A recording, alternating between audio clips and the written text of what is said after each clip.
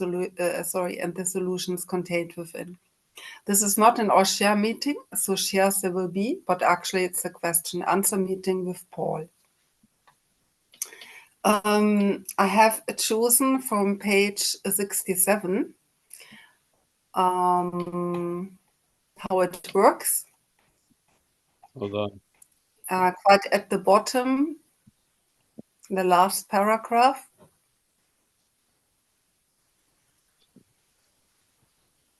Yes. Yes? Yeah. Okay.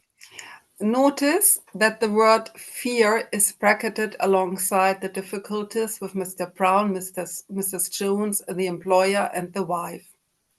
This short word somehow touches about every aspect of our lives. It was an evil and corroding thread. The fabric of our existence was shot through with it. It set in motion trains of circumstances which brought us misfortune we felt we didn't deserve. But did not we ourselves set the ball rolling? Sometimes we think fear ought to be classed with stealing. It seems to cause more trouble. We refute our fears thoroughly. We put them on paper even though we had no resentment in connection with them. We asked ourselves why we had them. Wasn't it because self-reliance failed us? Self-reliance was good as far as it went, but it didn't go far enough. Some of us once had great self-confidence, but it didn't fully solve the fear problem or any other. When it made us cocky, it was worse. Perhaps there's a better way. We think so. For we are now on a different basis, the basis of trusting and relying upon God. We trust infinite God rather than our finite selves. We are in the world to play the role He assigns, just to the extent that we do as we think He would have us, and humbly rely on Him. Does He enable us to match calamity with serenity? Here I stop. Yes. Well, thank you and welcome everybody. And let's just reread that a second. So notice that the word fear is bracketed alongside the difficulties. That's on the other page where they describe the first fourth step inventory. Yes? Yeah, just so that you can follow that. This short word somehow touches about every aspect of our lives. It was an evil and corroding thread, the fabric of our existence was shot through with it. So basically, it's so pervasive and vague, it's difficult to see it, yes? But it would be one of the aspects that stirs up that irritability, restlessness, and discontent. Yeah. It is set, and then through it. So it, meaning fear, set in motion trains of circumstances which brought us misfortune we felt we didn't deserve. But did not we ourselves set the ball rolling? I don't believe that. I don't believe you set the ball rolling. You're more the ball that's being rolled. Yeah. I do not believe you set the ball rolling. And a view that we have here is what produces or forces that belief that what has directed us isn't us, that what has driven us isn't us. Yes? We are in the category of being driven, and we are not the driver. Simple as that. Yeah. And they will now talk about the two possibilities of drivers in a few sentences, and this idea that the fabric of our existence is shot through with fear. It's almost as if something is secreting it in us, and I think it's the parasitical movement. Yeah, yeah. It produces the physical and the nervous and the emotional feeling of fear, but through mental anxiety. It's not a response to an apparent threat. It's made up. Yeah. The head is making up a lot of shit. And there's great faith in what the head is saying, how it was and how it's going to be, that we feel anxiety based on that. Yeah. We're not, it's not a response to the circumstance. It's actually painting the circumstance. Yeah. How we're seeing it is being used to paint the circumstance. So now we see threats where there aren't actually any threats and stuff. Yes. The whole idea of mountain and molehills, that the head can make a mountain out of a molehill. The head strums the instrument of fear, which is a valid emotion, with mental anxiety. And if there's great faith in it, you're going to have a lot of effects. And those effects are going to be, those effects will set in motion trains of circumstances which brought us misfortune or still bring us misfortune, and we feel we don't deserve it. But did not we ourselves set the ball rolling? I do not believe we ourselves set the ball rolling. I believe we represent the ball rolling. Something moves us, yeah, and it ain't us. And in AA, they give us two possibilities of the driver, which is finite self or infinite. You can't have both of them driving, yeah. Finite self, infinite. Now, you can have an experience like when I'm driving and my girlfriend's in the car. I joke about it, but I got her fake brake and gas pedal for the passenger side because she's the most awake I ever see her. She's completely alert to what's going on, and her thigh muscles are getting so strong. She's constantly pushing down the imaginary things. Now, uh, that's okay because I have a sense I'm not that, and I'm actually behind the wheel. Yeah. In this case, we're acting like we're behind the wheel and we're not. And we're trying to control and manage and put the gas and this and that on and pleading for the driver to listen to our directions, but it doesn't give a shit about it really. Yeah. So uh so uh where is it here? Okay, so it goes here. But did we not set, I believe self is what set the ball rolling. Sometimes we think that fear ought to be classed with stealing. It seems to cause more trouble. Well, of course, if the present moment is the richest moment there is, if something is stealing that present moment from you, having you occupied with the past and the future in the present moment, that would be an incredible robbery. Yes? Yes. So there's a hummingbird, and you hear the wing, and you're directed to see it, and the head tries to pull you away from that by thinking about the past and the future. Yes? And we're in spiritless servility. So when it says, look here, we look there. Yeah. And it's really not looking here, it's not looking where we are. Yeah. So he goes here, all right, this is the inventory. It's the second part of the inventory. First is the resentment, and now the fear. Yeah. And when you look at fear, you're going to really see a lot of mental anxiety. It's sort of like that flame is on, and then mental anxiety just blows on it. Yes. And it creates fires. Yeah. So we reviewed our fears thoroughly. I would like you to hopefully not call them your fears. Yeah, that would be a good start. Yeah. Because if you call them your fears, you've given them a lot of juice. Seriously. Yeah. Let's just call it fear. And then if you see it, it's ridiculous to call it fear. It's mental anxiety, actually. Yeah. Because fear is a valid emotion. It's meant to trigger this flight or the fight effect if there's an apparent threat. Yeah. And if it's a real apparent threat, like I ran into a shark one time out in the water, and that time I never had a larger adrenal dump than that. Yeah. The adrenal just dropped a lot of juice for me to get out of the water. Yeah.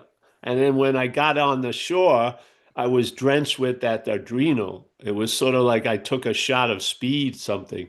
Yeah.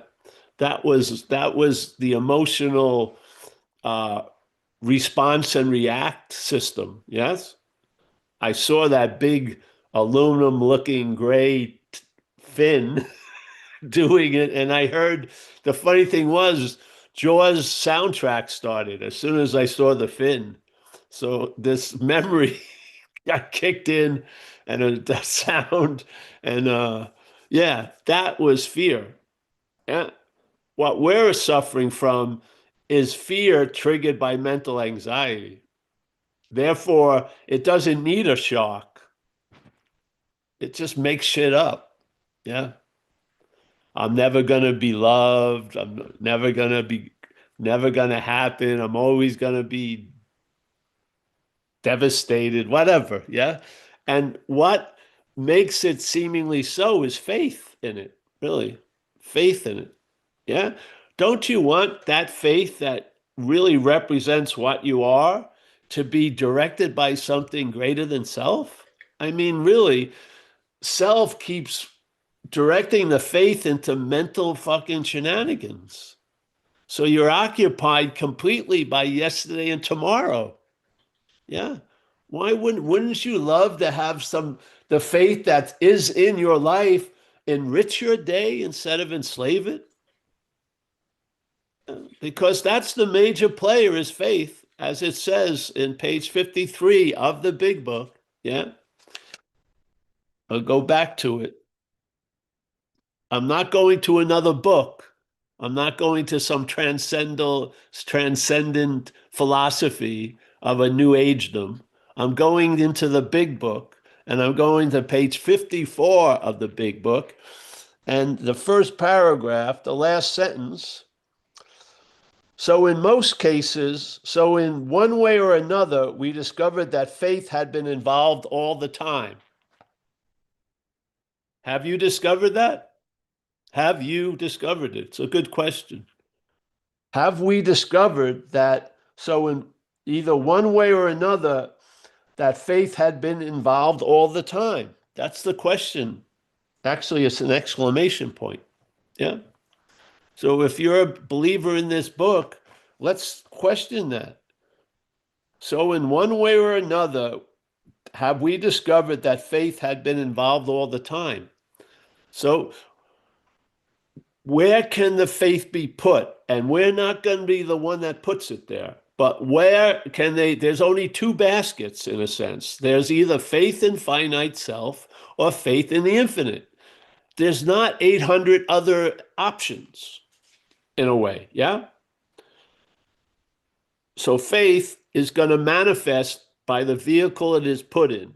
So if faith is put into the head, you're going to live in a lot of mental anxiety. And you're going to be occupied by the past and future. And then it may be so strong that you'll think you'll have to practice super hard to get into the moment because your resonance now is out of the moment. Yeah. That's all faith. Yes. So faith put in the other vehicle, let's say the other driver, the infinite, what does that produce? It produces an ease and comfort right where you are now. Yeah. Or you rest in an assurance that you're taken care of. Why? Because you have tons of evidence that you've been taken care of. It's not like you're fantasizing. You've seen people's whole life get built by being in AA. Yeah. You've seen the miracles in yourself and others. Yeah. That should be enough to say, oh, hey, I humbly make a decision to turn this will in life, yeah, that's going to be moved by faith over to the care of something greater than self. Yeah. Because I have had enough of the consequences and the effects of a life led by self-centeredness. Yeah. I've had it. I'm exhausted. I've been run over literally twice in one night. Tons of shit has happened. And I'd rather come on the side and come off the field and sit on the sidelines for a while. Yeah. And admit that I cannot do it, so something else can. Yeah. Fantastic. So here it goes. Uh, so I'm going to go back to where we're at, 67, right? Yes. So here he goes here. Oh, no, 68 now. We reviewed our fears thoroughly. So this is the inventory. Yes. 4 columns. If you want to have a formulated presentation, go to in the internet, go to Joe and Charlie, and you can probably print out their format. It's pretty solid. Yes.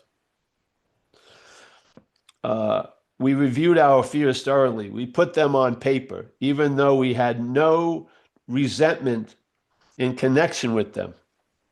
See, this was funny because remember when you did the inventory, there was a clear second column with the resentment. You had the person you resented, Wendy, and you knew why. Yes. And most people at a bar do the first 2 columns of the inventory. They know who's fucked with them, yeah, and how they did it. Yeah. Now it just leads to another drink because we didn't stop there. We took it to the third and fourth column to arrive at what was our role in the situation, which the person on the bar stool doesn't go to. It always sticks on the other person's role in your condition. Yes. So this was the great leap, the fourth column, to see your role in things. And when you see your role in things, you're going to see something else's role in things. And we give the name of that like octopusy type thing, self. Yes. Yeah. So he goes, we reviewed our fears thoroughly. We put them on paper, even though we had no resentment in connection with them. We asked ourselves why we had them. Okay, this is very important. We asked ourselves why we had them. Yeah. Wasn't it because self-reliance failed us? This is a monumental diagnosis. Yeah. Because most people believe fear is a cause of a lot of trouble. But in AA, we believe fear is an effect of self-reliance. So by being in a state of self-reliance, you produce a lot of possibility of fear fanned by mental anxiety. Yeah, that's the diagnosis. So instead of going directly at fear, we question the self-reliance. Yes. When that gets weakened, the amount of fear and the emphasis on it will be dismissed or changed. Yes. And you will learn that you can face life successfully. Because for me, fear was a very paralyzing thing. I didn't do shit, basically. Yeah. It froze me. It did. And basically, to hide the cowardice of the whole thing, I thought I overdosed, I run it from the police. But really, what scared me was unconditional love and being sober for a day. Yeah. That was a huge amount of fear about that. Yeah. So, so he's just very clear that fear is not the cause, it's self-reliance. So the effect of self-reliance is called fear. Wow. Yeah. Now, if you want to change the fear, change the reliance. So we're going to change. We're not going to. We're going to observe that effect happening in us, which is the reliance on self is now going to be a reliance on the infinite. It's just that simple. Yeah. And then you'll have eyes to see how it looks when you're relying on self. and how it looks when you're relying on the infinite. Yeah. And if the head keeps on presenting its reliance on self, you bring that to step 6 and 7, and you admit, hey, I'm entirely ready for this shit to be reconfigured. And I ask that power, not the self, but the infinite, to do it. Yeah. And there you go. You're in the process of the working steps. Yeah. You're taking, there was gold that was made into lead by the head, and now it's going to be returned back to gold. Yeah. That's it. So self-reliance was good as far as it went, but it didn't go far enough. The self will never admit that. Yeah. This is a recognition of the failure of the system of self-centeredness, that it cannot go far enough. The self-centeredness system will never admit that. It will just blame it on others or say, if I just do it more, I'll do it better. It will never fucking admit these basic glaring defects of the system of self-centeredness. Yeah. There's more. The idea, when confronted with the evidence that it's not managerial quality, it will just sit there for a second and say, I just got to manage better. No, it's not going to work. It can't manage better. This is the failure of the system. Basically, it has you keep relying on it through false hope. Yeah. And you believe it's going to be different this time when it's not going to be different this time.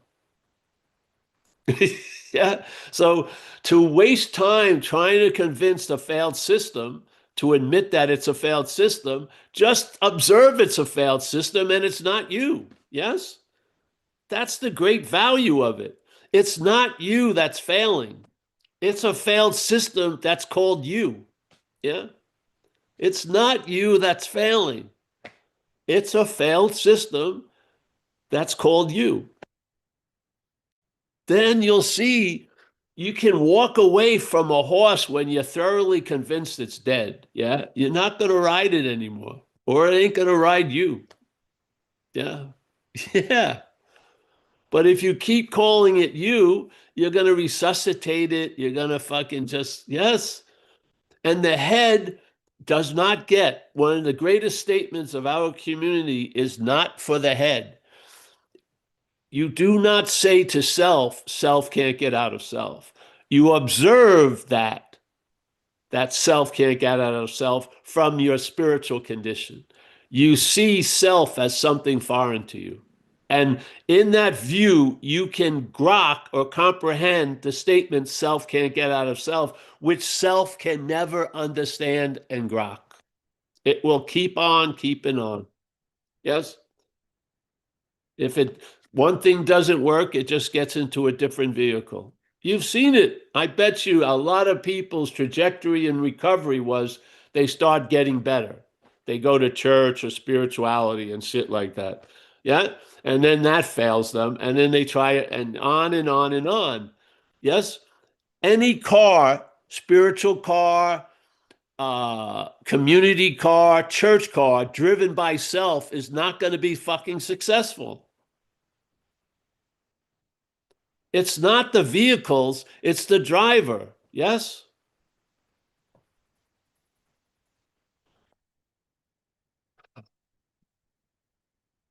And if you can't tell the difference between the driver and the driven, you're going to be fucking driven as the driver. You're going to take responsibility for a lot of shit you have really nothing to do with. And that responsibility will be like a fucking lead necklace that you'll carry in physical sobriety. You'll still be feeling like you did the shit that you were compelled to do by the bondage of self 45 years ago. Where is the statute of limitations in the head? Where? I'm 37 years sober on, statistically. Yes? 37 years sober. You would think even in a system, judicial system America, it's like 5 years or 10 years based on the severity of the act. Yeah. But there are statutes of limitations. Where's the statute of limitations in the alcoholic's head? Where? You're being grilled for what you didn't even do 45 years ago. Usually, when you wake up in the morning, it probably goes down the golden oldie trail that it jumps on and just assumes you're never going to be loved. Why? Because you did this. The bondage of self, uh, that bondage of self arm from the past can grab you 40 years sober. Yeah. I found it can't grab you when you see you're not it. Yeah. And then you look at the past and you don't regret a moment of it. Yeah. Because it's brought you an understanding of what has defeated you finally. That gave me some great relief, which is what has defeated me is not me. Yes. Yes. So, yeah. So here it is. You can take this 67, go back to page 54. Yeah. Faith and self-reliance, which would be self-reliance, right? That's faith in self. Self-reliance is what produces fear. Yeah. Jesus said, you'll know the tree by its fruits. Yeah. If there's a lot of fear in your life, you're sitting under that tree of self, so to speak. Yes. Yes. So this is a beautiful diagnostic book. It describes incredibly well what it's like to live under the tyranny of alcoholism. That could be applied to any other form of other addictions, yes? Because the underlying causes and conditions are the same for all the other addictions, yes? And the exact nature of the wrong is also the same. Yeah.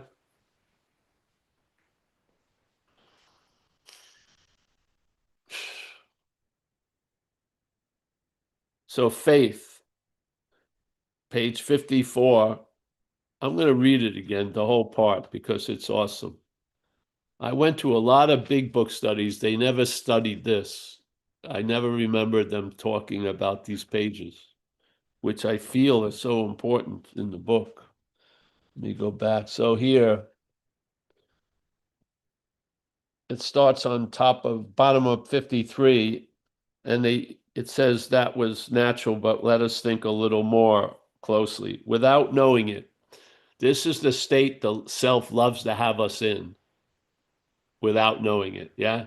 It wants us to be ignorant of the fact that we're not it.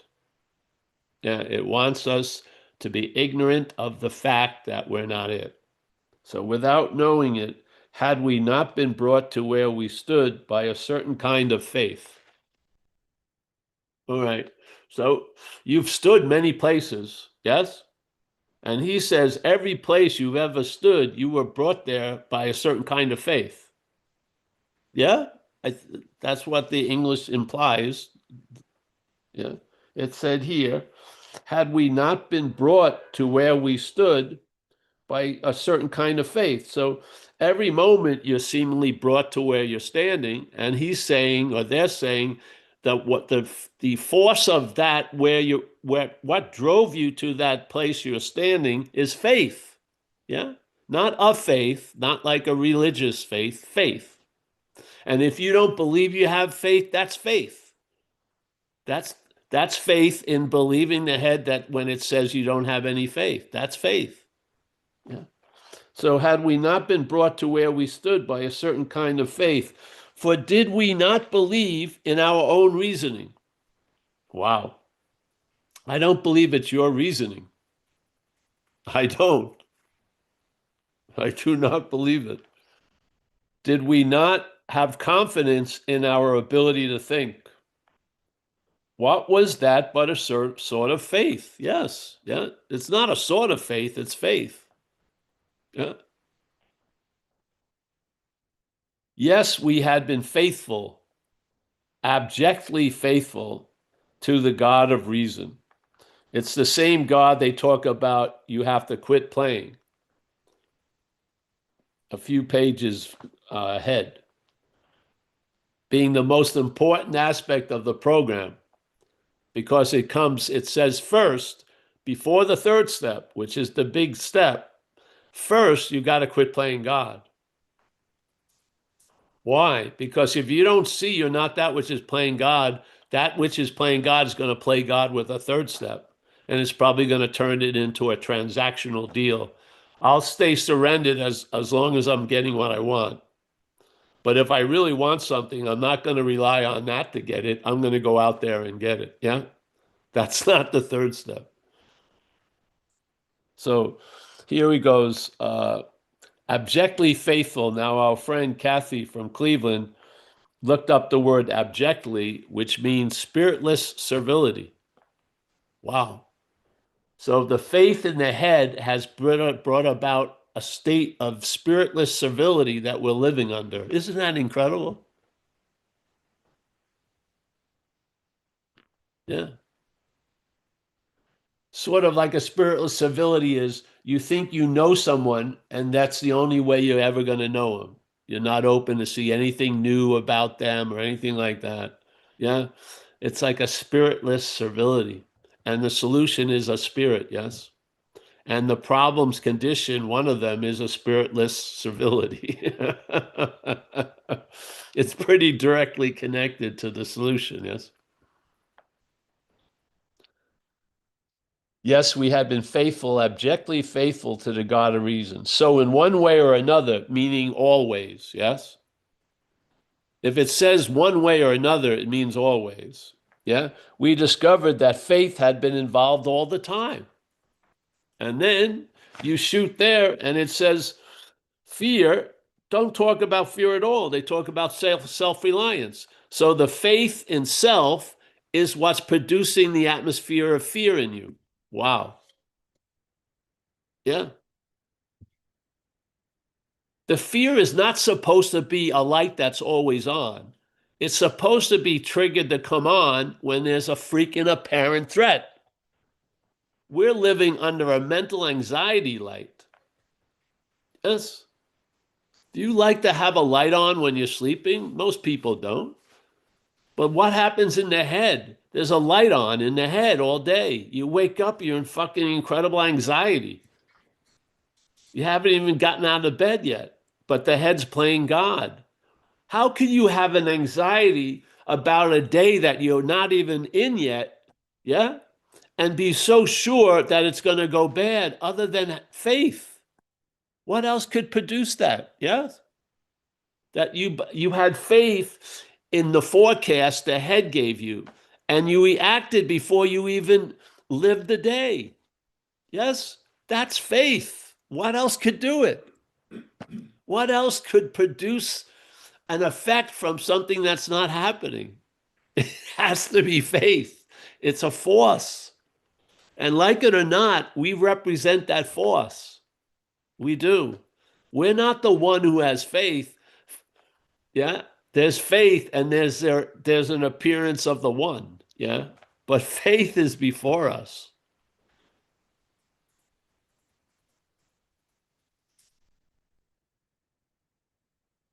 I have great faith now that the that alcoholism is a foreign has a foreign nature. Yeah, almost like a parasitical movement. Yeah, it latches on, it resides in the head, it wakes up, and it starts using the head to convince us that we're it. Yeah, and it's the unbearability of it, maybe muffled, but then you're once you find like something that gives you relief from it, like a beer, you're fucking off to the races. Yeah. Because what was my first solution to alcoholism? It was a beer when I was a kid. When I drank, I forgot how important I was every second. Yes. It was amazing. Yet, as soon as I drank, I quickly found out I had magnetic appeal to people in uniform. I attracted a lot of fucking consequences. Now, I wanted the medicine, but it was starting to get fucked up going to jail at such a young age. So, what was one to do? Yeah. Uh, I truly there was a lot of faith in the head. I was believing everything the head was telling me. I did. I was a devoted head follower. Yeah.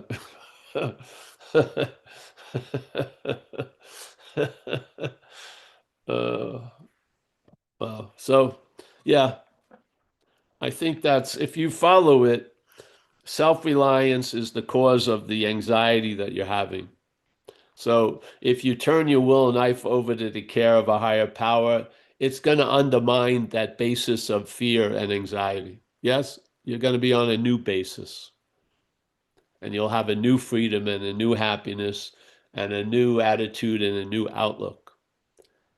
Yeah, yeah. Did you change the outlook? No, the faith changed. Yeah, what the faith was in changed. A lot of faith left. The faith that was put in the head is, and now that faith is enriching your life by it being directed by the infinite. Yeah, there you go. And you can get established there. You can.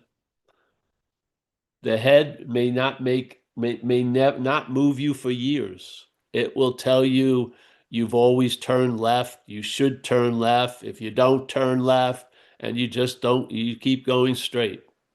Yes, it's sort of like a comedic GPS. You never listen to its fucking advice and its directions. You just keep going in the direction that the infinite has put you. Yes.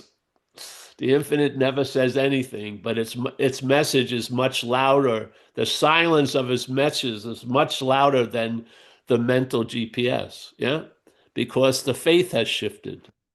Yeah, yeah. I mean, if you've been soothed so many times, yeah, that cradle doesn't even have to rock you. You can go to sleep very easily. Yeah, you can rest. Yeah.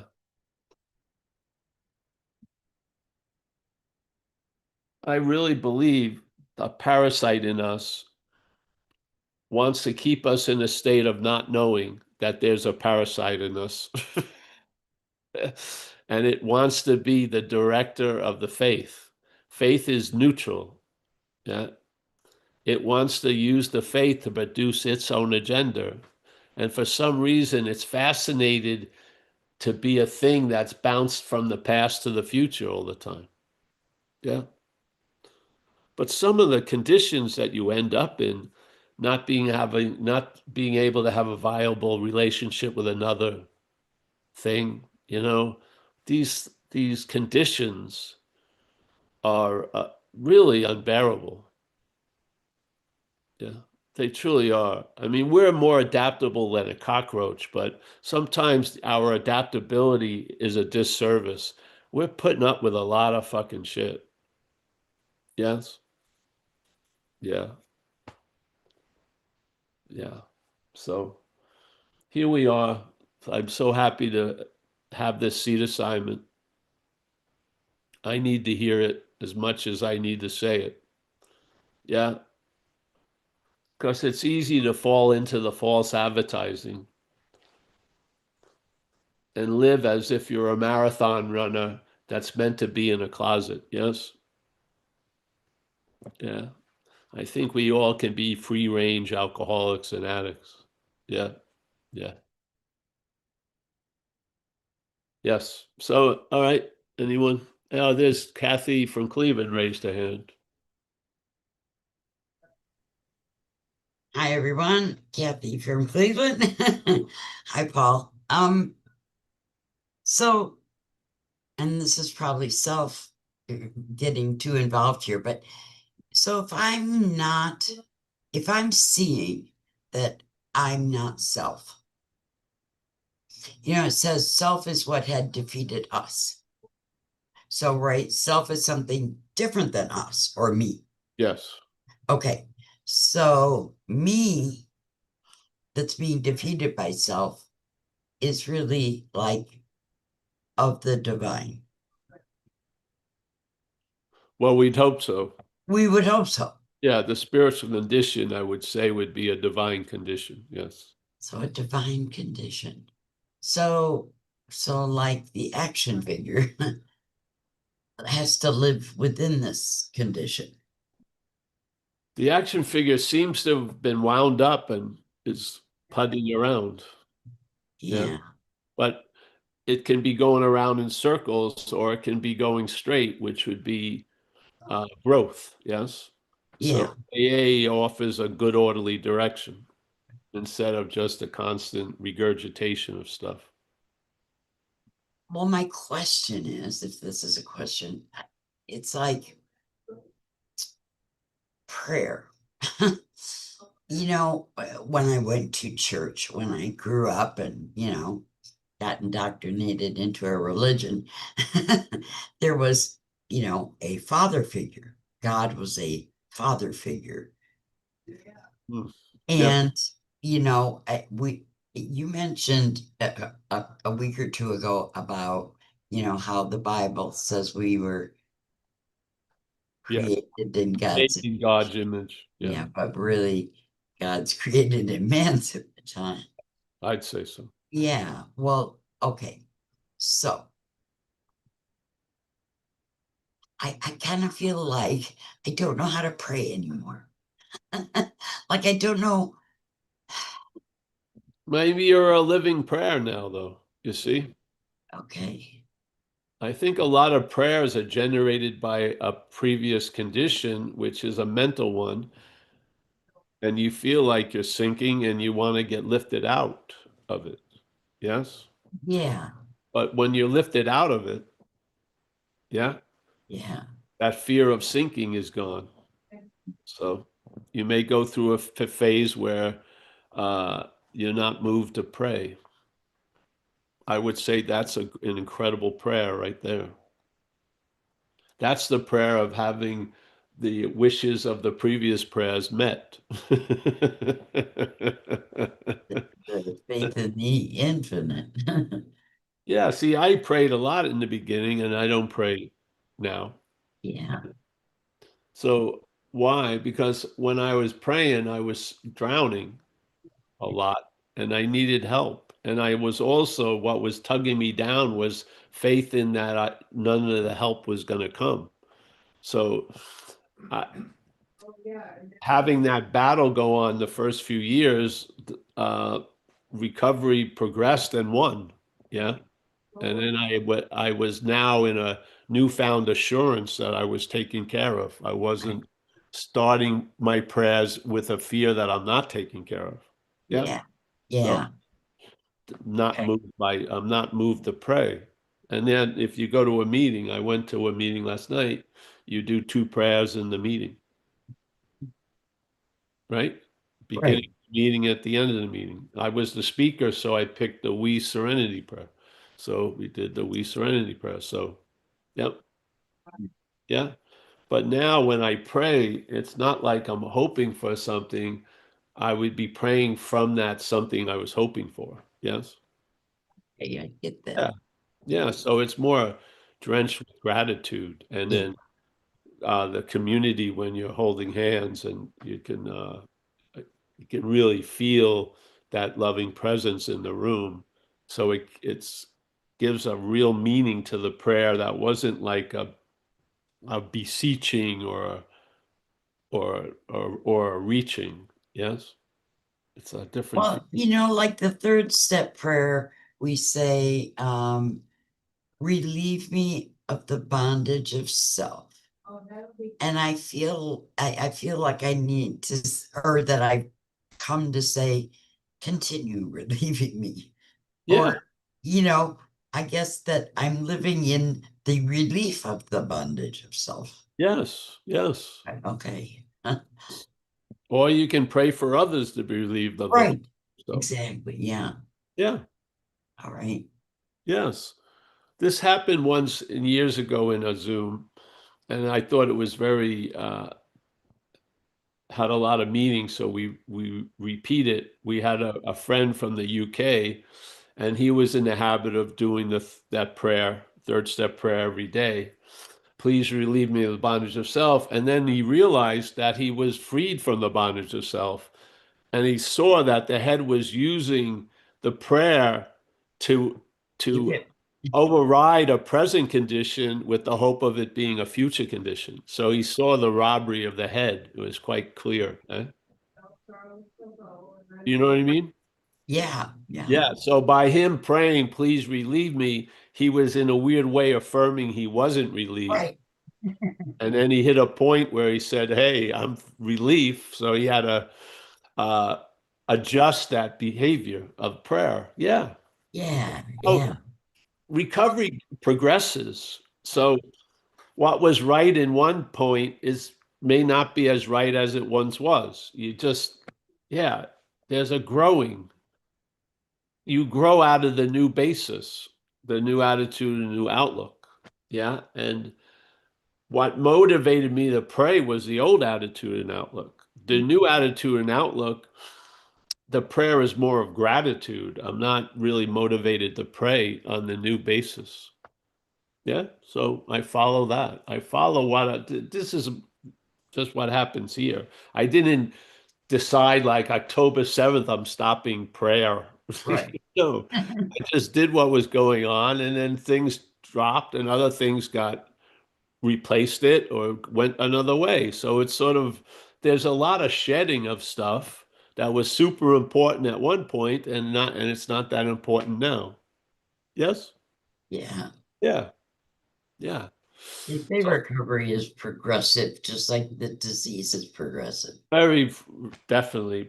This is needs to have some uh, advertising because the idea of how can we give the disease is what's progressing. Why do you want to give the disease that and then sort of prevent the idea that recovery is progressing? Isn't that insane? Yeah. Yeah. Ask people who have been sober a while. They're not doing much to be sober. They're in the habit of being sober. Yeah. I don't do much inventory because I don't have a resentment, and I'm not in, and then that which is in fear in me is not me. So I don't. Though if something comes up and it tickles somewhere, then I do an inventory, Yeah. and I know what to do, and I call one of my guys and I share it and look if I need amends. But that is a rare occurrence now. Yeah. So. Uh, why do I want to make shit up so I have an inventory? No. I feel part of doing inventories is to be led to not having to do inventories. That's the point. Don't want to be a master of cleaning up. I don't want to, much rather have there's nothing to clean up. Yeah. I don't want to be a master of fear. I just don't want to live from fear. Yeah. Yeah. I could care less about it actually. So, yeah, prayer is very important. And I tell you, there's nothing better and nothing more economical than the serenity prayer. It's incredible. Yeah, I used that religiously for the first few years. Religiously. It was so beautiful. It is so jam-packed with stuff in such a short statement. And you can turn it from you to a we quite easy. Yeah, it's great. So, yeah. Thank you. Yeah, yeah. Just if you have trust in the process, maybe the process has you in a point where it's not being of the ultimate service to pray, maybe just to enjoy the sobriety. Yeah, yeah. You live in a certain programmed thing, and then there's growth. Yeah, and what grows sometimes goes out of the parameters of the program. Yeah, but you're rooted right in the whole point of it all. Yeah. So, yeah. Yeah. I mean, to me, in a sense, uh, what long-term sobriety has brought me has been a daily condition of the problem not existing for me, which is unbelievable. Yeah. It's past days, it's years now. Years. Years of the problem not existing for me, not casting a fucking shadow on everything. No. Yeah.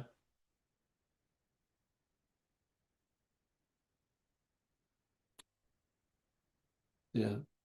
Now, if there isn't any fire, I don't trigger the fire alarm. I don't, by constantly being triggered by the fire alarm, I have to make up a fire. That's not the way it is now. If there's no fire, there's no, no, I'm not pulling any alarm. Yes. To me, that's just basic seeing blue as blue and red as red, just a simple clarity about what's not going on and what's going on goes a long way. Yeah. And it produces its own wisdom. Yeah. And in that wisdom, you don't need a giant spiritual tool belt. Yeah. Yeah. Yeah. I don't think it's unusual. I feel because it's really based on the relief, what I'm relieved of, and we all share what we've been relieved of. Self is a shared condition. Yeah. It's not an individual one. Yeah. It's common. And we are an action figure that has been taken over by this parasitical movement of alcoholism. And we share the same traits and the feelings and how we react to life because it's dictated by the singularity that's taken us over, self. Yeah. We can tell the truth about it and hopefully recognize it's not us so we can be free from it. Yeah. And when you're really free from it, you'll live as if you're free from it. You're not faking it till you make it. It's true. You're free from it at this moment. Yeah. What better message to pass on is than that? So yeah, the big boogeyman keeps progressing, but hey, the over the the super overpowering light of recovery keeps progressing also. Yeah. Yeah. We gave too much credit to the losing team. Yeah. Yeah. I feel. All right. I We think have Matt here. we have Matt has his hand up. it's Matt. Yeah, Yeah, he can. yeah, yeah, yeah, yeah. Oh, yeah, we Thank can you. hear you. Yeah. Yeah, I appreciate it. Matt, and I'm surely an alcoholic, and there's a guy that I've gone to meetings with for for decades, and he says God loved me so much he made me an alcoholic, and I was sort of thinking about that, you know, eh, and I feel like I've got a lot of work to do. I'm going away on a retreat to do my fifth step with my sponsor, and and you just sort of talked about it. You know, there's there is a lot that I need to take responsibility for, but you know, it's a neat thing that it's this idea that it's just my fucking head, right? It's whoever's doing the fucking driving, like I was doing before. It's I've talked about this as a get out of jail free card for me. So I guess my question, Paul, is, I'm going to do this, go away to this Jesuit retreat, and there's going to be a lot of priests, and my sponsor's got like 40 years, and I really respect him, and he just told me not long ago, I've got to jump out of here. My son has an IEP meeting where I've been trying to arrange everything, and I'm all over the fucking place. But he said pray about it, right? Like pray about it, and your little spiel now on the sort of on necessity, if that's a word, of prayer. If I'm in this spot where I'm just living, man, and going from square to square, it's so I got to try to reconcile like this old school fundamental AA, because I know if I get away from it, I'm fucked. With this, with the non-duality world, and um, They're not, I'm doing a decent job of it. But they're not, Matt, they're not two options. The non-duality idea is not a path of illumination, but it will illuminate the path you're on, which is recovery. Yes? yeah, That's all it is. And it brings a great light to the exact nature of the wrong in recovery. So it has a incredible adding power, but it's not a subtracting thing from recovery. Yes? Yes. Mhm. So, and I was not talking about the necessity of prayer. Yes. Or the essentiality of it. I was talking about growth, and when certain things that were necessary at one part of the growth may not be necessary in another phase. Yes. And after a while, the rhythm of your life, you get used to it. You get used to being moved by the infinite. Yes. And there's Mhm. no, and sometimes it will rub up against the fundamentalness the head would like to have. And Yeah. hopefully you allow that water to break through the fundamental walls. Yes. And, Mhm.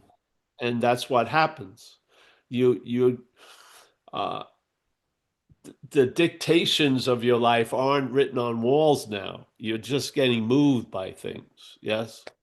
Mhm. Yes. And it's not taking any value out of anything or moving a value out of something. It's an addition to it. There's not anything that brings about more light to the situation has an incredible role in you being of maximum use, which is the main agenda of recovery. Yes. Yeah. Yeah. And we are, hopefully, right now in this little room, this Zoom, we're being used, hopefully, to have an idea that many of us have felt, but had no way of encapsulating the idea that what has defeated us is foreign to us. Because a lot of people describe, I was possessed, I was driven by a demonic intelligence, and then it dies on the vine because there's no support for it. But I believe that was a correct view, that something took you over. Yeah. And it's used you for transportation. And we're here every 2 times a week for years to standardize this idea and see where it goes in the community. Yeah. Yeah, that's it, man. I've lived under that tyranny for for a long time, and finding this community is it's become a part of my life now. And you talk about years and years and years, and for a guy like me, even a fucking week seems like a goddamn year. Like it's my conception of time, and maybe you can talk about that. The idea of time. I forget about So what sober I'd like to time, say, right? Matt, Just right time. now, it's time for you to do a fifth step. Let's talk. Yeah, That's the time we're going to yeah, talk about. It's you go to that retreat and try to be as honest as yeah. you can, follow it the way it's laid out. And then down the road, when you have that fourth column of your role in things, you can look at how interchangeable your role with self's role in things is. Yes. And there'll Mm, be more illumination about what's going on. But right now, time is about doing the inventory, going. Jesuits are good teachers. I had a yeah, Jesuit in school. They're yeah, uh they're fucking they're alert. a lot of ways.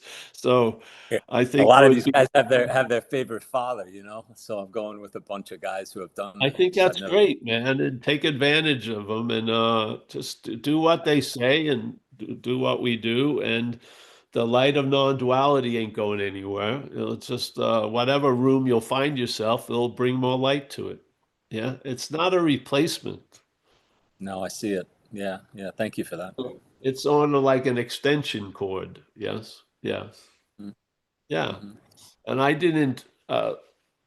All I had was recovery, and then and that which all that had me all brought about a lot of other fruit to bring back in to recovery. Yeah, yeah. Mm-hmm. So this is a large organic umbrella. AA can handle a lot of stuff. Yeah, it's not, but a lot of the head would love to see things as replacements, and then you're going to be a drunk non-dualist. Yeah. Yeah. Do the steps as they're put out there. Have a blast with all those old timers and the priests. And Yeah. let's hope none of you take yourselves too seriously.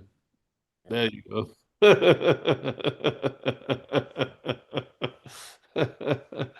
But I'm not saying stop praying or anything. I'm No, saying I hear it. I'm saying in the beginning, you need a lot of green and red lights and yellow lights, yeah, because you're learning how to travel the highway, yeah. Yeah. But after a while, you're on open roads, yeah, and you got to feel things, yeah. And this is trusting the process to the point where there's trusting something that's not a process, yeah. Yeah, you found now you feel like you're being. I don't keep looking back to see the wind that's blowing my sail. Yeah, I have faith Yeah. in the wind blowing my sail. I don't I start buying into know this who the though. captain is. I don't want to. I don't have any whys. Why are we turning here? Just. I look straight ahead. I know my pay scale, and there I go. Yeah. So yeah. Enjoying it. So, man, enjoy it. Yeah, just be honest as you can and see your role in things, and don't go into what self role and thing if it's not appropriate there. Just do what they do, and yeah, follow it. The nuggets are going to be there. You don't have to proclaim that you found the jewels. Yeah, I'm working on those two last columns now, right? So yeah, this has been yeah, some I got yeah. some work to do before I head up there. It's a couple of weeks It's away. okay. It'll be great. Just as you follow the process. Uh, just like, it says write it. You write it down, you do this and do that. I haven't changed any of the process. Yeah. Yeah. It's just Yeah. about how what is brought about by following the process, I have seen in different lights. That's all. Yeah. But Yeah. the process is the way it's a super sound designed for living, either for an hour or a month or a year or the rest of your life. So, yeah, I'm excited about it. Come back and tell us how it went. Yeah, I will do. yeah. Thank you, bro. Yeah. Thanks, Paul. Yeah. Hey, real quick, I got an apartment in New York. It's going to be rented in a month. If anybody on this anybody wants to go take advantage of it, I mentioned it to Michael. So Oh, just great. hit me up. Yeah. Little shoebox, but it's a neat location, and Where is it yeah, located? it's on the Upper West Side. It was my mom's place. Wow, fantastic. Yeah. Yeah, I'm hoping I'm not going to go back there. I sort of get that. Yeah, I get that. I get that. We can go Well, there and just I stay love away it. from I just the don't want to fly. If I could drive, I would. But I was watching a movie the other night from the 80s, and the the airlines haven't changed. It was the same fucking disconnected, fucking sitting on the tarmac. I said, wait a minute, this is a movie from 1980. It's the same way. So I just got out of the Department of Motor Vehicles, and my wife said, you better be ready to go there and go back again because you'll inevitably not have something. And it yeah, was completely different, man. I was out of there in 20 minutes. I got a new used car. I got plates. It's all done. And it's good to be legal. yeah, yeah. But if you get AAA or something, they do a lot of the stuff that DMV does, much cheap, easier. If you're a member, they'll register. You can do a sale there, and you don't have to go into the DMV world. Well, I usually take the hard way, right? I know. See, I'm just suggesting there's an easier way. Well, I Yeah, that's file that away. I'll let you speak to my wife. yeah. The DMV is a trip. Yeah, but it was right. The upshot is it's not the DMV of our youth, right? In Illinois, anyway, it was really smooth. I was in and out of there, and I got a new ride, and great. Yeah, and talk about being of service. It's amazing. Yeah. Those people seeing all of us jamokes all day. I can't imagine. What? She's this one woman's training a guy while I'm there, and Yeah, it's a very wow, it's incredible. no, Chicago, different accents, different skin colors, different head coverings. It's fucking cool. It's cool. Yeah. Yeah, it's a melting pot. Yeah. Well, listen, bro, good luck with that trip. Yeah. Just write down and uh at least recognize the pattern of the defeat. Yeah. Yeah. Yeah. Right. Yeah. And then he'll see a lot that your head doesn't want you to see. So it'll be good. All right. Anyone else? We got Maggie raised her hand. Hey, I'm out at our desert cabin in Coachella, which you're welcome to use as a retreat anytime. Yeah. I love that. If there's no fire, don't pull the alarm. And I just wanted to say, when I was a newcomer, probably the first 2 years, whoop, is Matt not muted? I can't tell. We just heard Anyway, first two. right on. Matt muted, yeah. We got it. Yeah. An old timer said you might think about when you lay your head down on the pillow, just saying, God, thank you for keeping me sober today. Please help me stay sober tomorrow. And I'm telling you, I get shivers just saying it to you guys. It was so calming. Gratitude flowed over me. It became part of my program right away. And it went on for a year or two. And I can't remember when I eased off saying it. And then recently I had a really strange housemate and I found myself saying it again. And these prayers come and go and mostly go on that one. But I would recommend to any newcomer trying that because it just brings gratitude to you. God, I was so hit the pillow and go, oh my God, I did it. And I didn't do it, with God's help, I did it.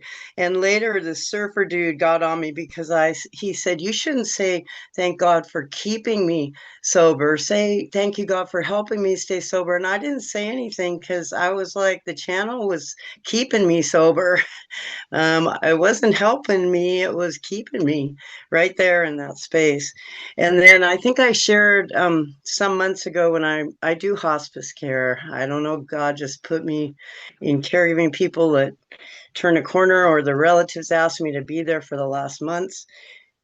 And it's pretty heavy. If you'd have said before I got sober that's what I would be doing at present time, I would have said, I don't think so.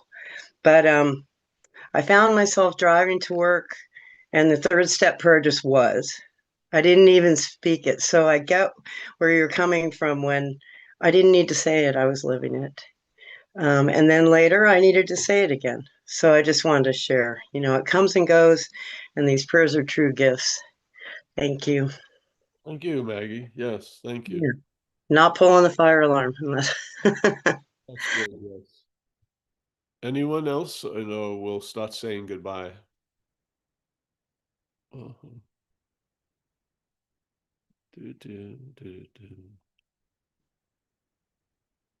right, we'll start saying goodbye, I guess.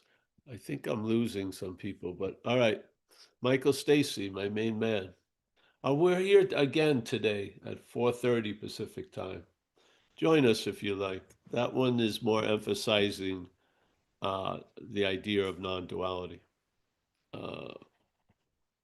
We got Mitesh. Nice to see you, Mitesh. Miss Folkman, great job. She's right by the furnace, searing hot. Yeah. I put the Christmas lights on. It's like you're walking into the void there. I like that. Yeah. Yeah. Matt Butch, take it. Yeah. Just you're in good hands. The Jesuits may slap you around. That may be good. Yeah. Yeah. Stephen Mack on Having Never Left. Mr. Sean in NorCal, the Event Horizon. Jess in Ireland. How are you, Jess? Nice to see you. Marilyn in Tallahassee. That's all we need to say. In the dancing. Well, that's cool. Yeah, that's good. John B in the UK. Nice to see you, John. We haven't forgotten about Glastonbury. Yeah. I got an idea I'm going to end up there. Isn't that the name? Glastonbury? Yeah. Yeah. Yes. John K. Nice to see you, my friend. Alex. Nice to see you there. Kathy in Cleveland. Joseph. Tom Lizoda in Tacoma. Morton. Hawk. I got it right? Hawk, hey, yeah. Mickey, our eternal greeter. Rico. If you need a replacement for any grandmother archetype, Mickey's ready and willing. Yeah. Call a Nana, Graham. Yeah. Anything. Joseph, our man in France. Nice to see you, Joseph. I don't know if I can get to the other page. Hey, thank you. If I can't see you, we see you. We had a nice. We went to a big a men's meeting last night. Somebody called me out of the blue. I went there, and they hadn't told us the guy, so he had two other speakers there. But I won out on the lottery, so he had a joy of you know seeing through the testosterone into the spirit. It was fun, a lot of fun to go there. Yeah. Okay. Hey, thank you so much. We'll see you soon. Yes. Adios. Thank you, guys. I think I'm already muted.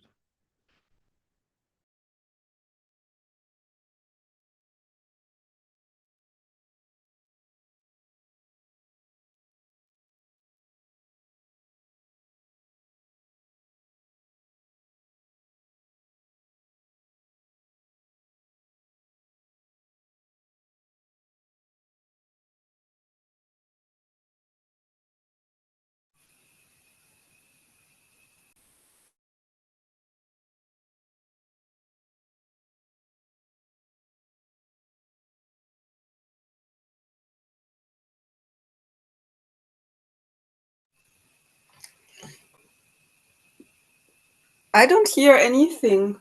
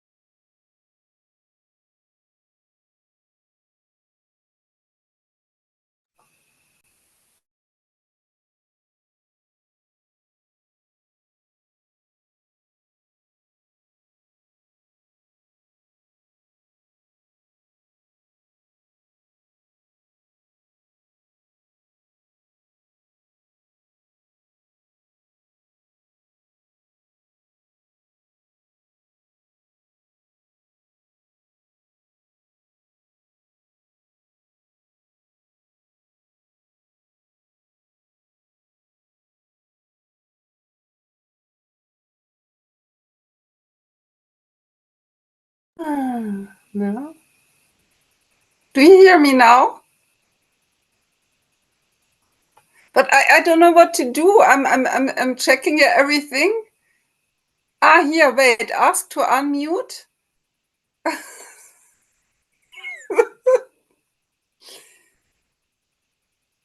But there's nothing in here to unmute.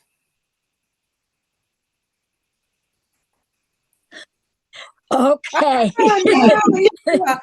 So what did I do now? And You should, what, the thing is, everybody is locked out. On the bottom, if you go to participants, yes. Yes. Maybe on the bottom, it might have unmute all. Yes, I see. So I mute you all again? No? I can see it now, yeah. Here we were chatting. We can't, the chat is even locked out, honey. Oh, really? Everything is locked. Yeah, but I was confused because it was so funny because I saw you all moving and like you were talking, and for some moment I thought I have a problem here, and I was checking my computer. I don't hear anything, and I thought you are all talking with each other.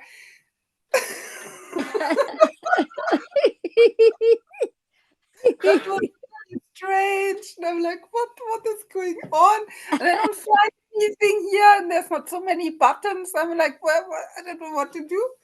And then again, the head says, yeah, but they're talking. They are obviously unmuted.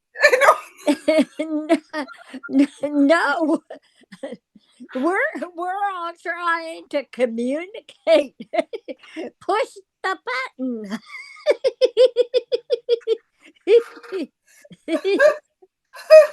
I was really, oh my God, that was funny. Yeah, because otherwise, I thought if it was like a problem, you would have left. Okay, everybody else is still muted, honey. Ask all to unmute. Yes, sorry.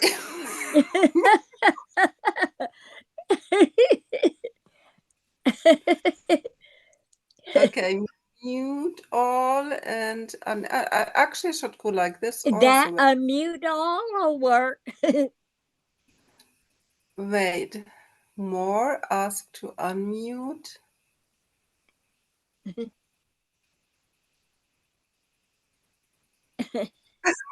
Everybody's waiting. Unmute all.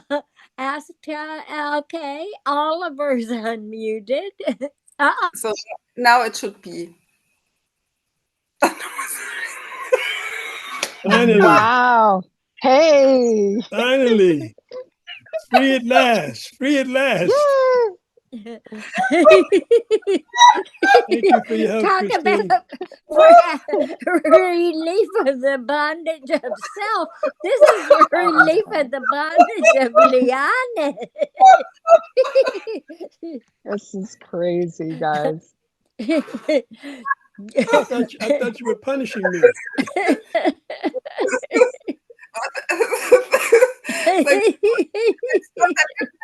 Are you unmuted, Christine? Yeah, I'm good. I just was trying to communicate through my renames. So you guys are amazing. I had all the faith in you, though. I just want to say. No, self can't get out of self. So I figured we'd figure it out if we get out of self, right? Oh, God. I don't know about you, Miss Volkman. I may have to reconsider this. Yeah. Maybe I'm stoned. I don't know. Oh, honey, you're fine. First of all, you have to be host, named host. Oliver and has then you his have to hand up. unmute all. Yeah, Oliver wants to talk, but he's still muted. I thought you clicked the one that said unmute everybody except Rico. Well, actually, everyone should be unmuted. So if Oliver, I don't know, wants to talk, no, he should be, or should I So check you learned again? something new today. Ask him to You enhance your unmute, honey. hostess. Ask to unmute. Yeah, And now he receives a message, or there he is. There he Yeah. is. I'm here now. Yeah. I thought that there was a button that just says unmute all, and that's Yeah. the easy There way, right? is. Yeah. yeah. You just didn't see it. So yeah. So you don't have to ask everyone individually to unmute. Yeah. Yeah. So But we couldn't. We tried individually, Oliver. We couldn't unmute. yes, Because and that was Folkman had the back and power. forth. Yeah. And He had It's the been a power. while since you see, and if you realize that you can't chat to everyone, however, you can always chat to whoever's host. And so if you direct message Liana, hopefully she'll read it. Mhm. Looking so much at the chat. I'm really, and I saw you, gesturing and speaking. So I thought, okay, you all hear each other, and I thought that's really strange. And I put I you thought everything this was the new episode of Charades.